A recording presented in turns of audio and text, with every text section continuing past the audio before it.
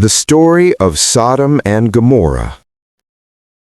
Long ago, in the fertile plains near the Dead Sea, there stood two cities, Sodom and Gomorrah. These cities were renowned for their wealth and luxury. Their markets were crowded with traders from distant lands, their streets lined with houses of stone and gold, and their people adorned in fine clothing and jewels. At first glance, one might think these were cities of prosperity and happiness, but beneath the glittering surface lay a darkness that no gold could hide. The people of Sodom and Gomorrah were wicked and cruel, indulgent in every form of sin. They oppressed the poor, treated strangers with contempt, and turned their backs on justice. Violence, greed, and arrogance ruled their streets, and their hearts were far from God. In these cities, evil was not hidden, it was celebrated. There was no compassion, no humility, no fear of the Creator who watches over all. Far from these cities, living in tents among the hills, was Abraham, a man who walked faithfully with God. Abraham had spent his life learning the ways of righteousness, obeying God's commands, and guiding his family in faith. One day, the Lord spoke to Abraham with solemn words.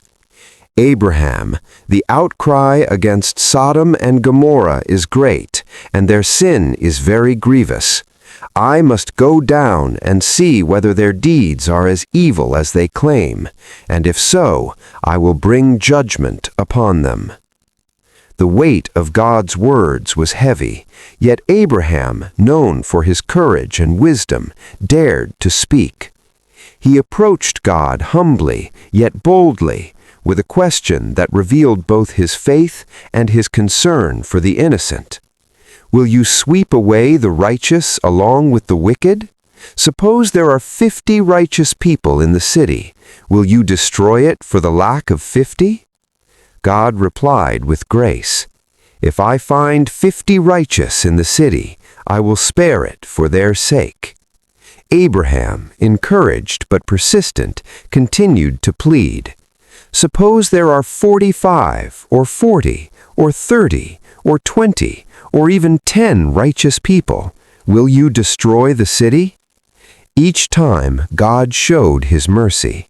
"For the sake of 10 righteous, I will not destroy it." This dialogue between God and Abraham illustrates a profound truth. Even when the world is steeped in sin, divine justice is tempered with mercy, and the presence of the righteous can spare the guilty. Lot welcomes the angels. Meanwhile, in Sodom itself, a man named Lot, Abraham's nephew, lived in one of the city's houses. Lot was a man of faith, trying to maintain righteousness in a city overflowing with corruption. Though surrounded by evil, he sought to live according to God's ways. One evening, two strangers appeared at the gate of Sodom. They were no ordinary men. They were angels sent by God, radiant and commanding, though their appearance was human. Lot, seeing them, ran to meet them and insisted that they stay at his house for the night. "Please, my lords, stay with me," Lot said, bowing deeply. "Wash your feet and rest in my home. Let me prepare a meal for you and spend the night safely." Hospitality was rare in Sodom, but Lot showed kindness, humility, and courage. He sheltered the angels even though danger lurked in every street. But the wicked men of the city soon learned of their presence. The people of Sodom, hardened in sin, surrounded Lot's house, shouting and demanding, "Where are the men who came to you tonight? Bring them out to us. We want to know them." Lot, terrified for his guests, stepped outside and pleaded, "No, my brothers, do not act wickedly. I have 2 daughters who have never known a man. Let me bring them out instead. Do not harm these men."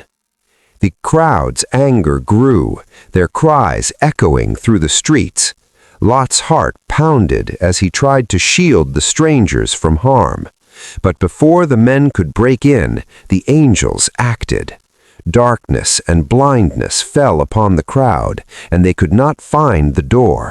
The night was filled with fear, confusion, and awe at the power of God. The escape. At dawn, the angels spoke urgently to Lot. "The outcry against this city is great, and the Lord has sent us to destroy it.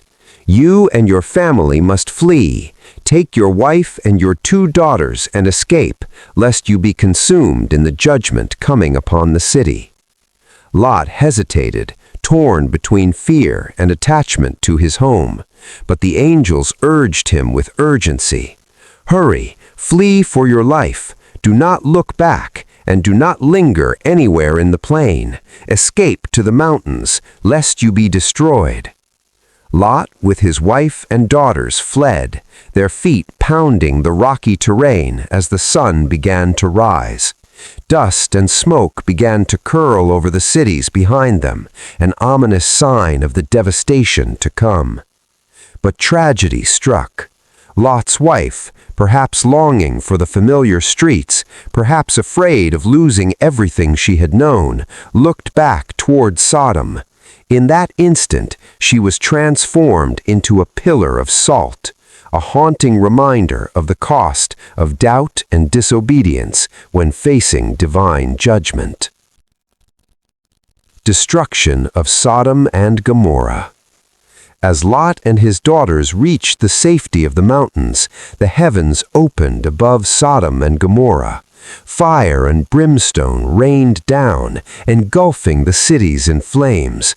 Houses crumbled under the inferno, streets vanished beneath molten rock, and the screams of the wicked were swallowed by the roaring of the destruction. The cities that had once been proud and mighty were reduced to smoke and ruin. Wealth, power, and pride all turned to ash. Nothing remained of Sodom and Gomorrah except a desolate wasteland, a stark reminder that justice, mercy, and human responsibility are intertwined. Lot and his daughters in the mountains. Lot and his daughters survived, taking refuge in a cave in the mountains. Even in safety, the shadow of the city's destruction weighed upon them. Fear of the future and concern for their family line led the daughters to desperate measures, and the story of Lot's family continued to unfold with complexity and consequence. Lessons and reflections. The story of Sodom and Gomorrah is a tale of divine justice, mercy, and the consequences of sin. Wickedness, pride, and cruelty invite destruction. Faith, obedience, and righteousness can save even in the midst of pervasive evil. Divine judgment is certain, but mercy is extended for the sake of the righteous. Attachment to sin, fear, or disobedience can lead to irreversible loss. Even today, the ruins of the plain of the Dead Sea stand as a testament to the story, reminding the world that justice, mercy, and human responsibility are intertwined.